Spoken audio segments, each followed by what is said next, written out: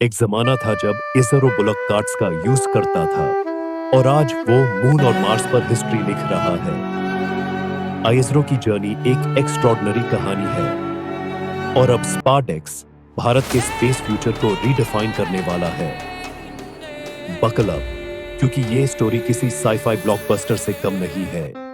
1969 में एक visionary doctor Vikram Sarabhai ने आईएसआरओ की नींव रखी, जिसका मिशन था भारत के प्रोग्रेस के लिए स्पेस टेक्नोलॉजी का इस्तेमाल करना।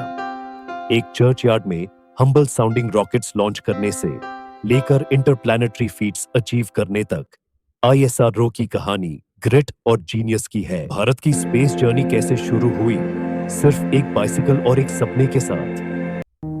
2008 में चंद्रयान-1 ने मून पर वाटर मॉलिक्यूल्स को कंफर्म किया, एक डिस्कवरी जिसने लूनर साइंस को बदल कर रख दिया। फिर आया भारत का पहला मार्स मिशन। न सिर्फ पहले अटेम्प्ट में सक्सेसफुल रहा, बल्कि एक ऐसे बजट में जो हॉलीवुड को भी पीछे कर दे। और फिर चंद्रयान-3 को कैसे भूल सकते हैं? मून के साउथ पोल के पास लैंड करने का साहस भारत को पहला नेशन बनाता है जिसने ये इनक्रेडिबल फीट अचीव किया।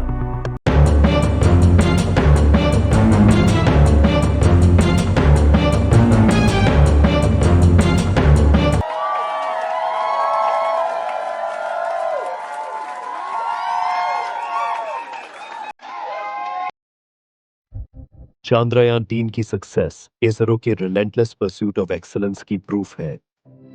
मून के साउथ पोल के पास लैंड करते हुए इसने अनचार्टेड टेरिटरीज को अनवेल किया और फ्यूचर लूनर मिशंस के लिए स्टेज सेट किया। साथ ही मंगलयान के मार्स के स्टनिंग इमेजेस ने एक जनरेशन ऑफ ड्रीमर्स और साइंटिस्ट्स को इंस्पायर किया है। ये मिशंस सिर्फ टेक्निकल मार्वल्स नहीं है, बल्कि नेशनल प्राइड का एक सोर्स है। आईएसरो के इम्पॉसिबल को पॉसिबल बनाने के सीक्रेट क्या है? जवाब आपको अमेज कर देगा।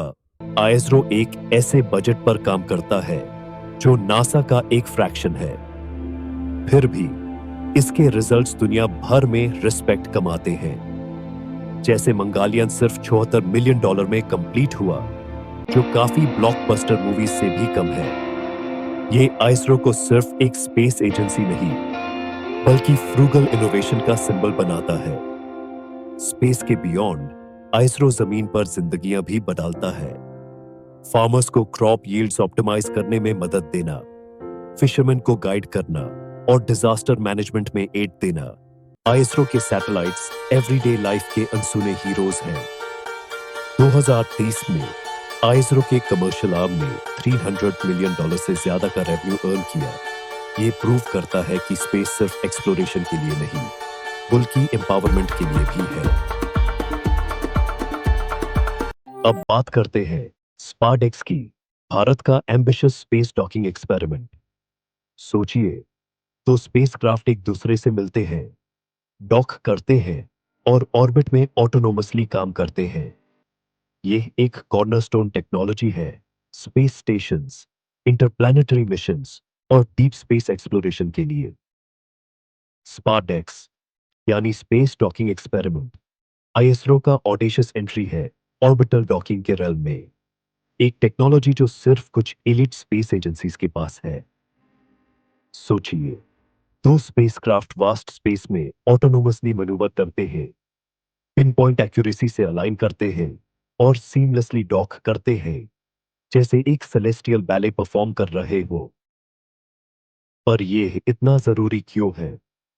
डॉकिंग एक कॉर्नरस्टोन है मॉड्यूलर स्पेस स्टेशंस बनाने के लिए, ऑर्बिट में रिफ्यूलिंग इनेबल करने के लिए और इंटरप्लैनेटरी ट्रैवल के लिए रास्ता बनाने के लिए।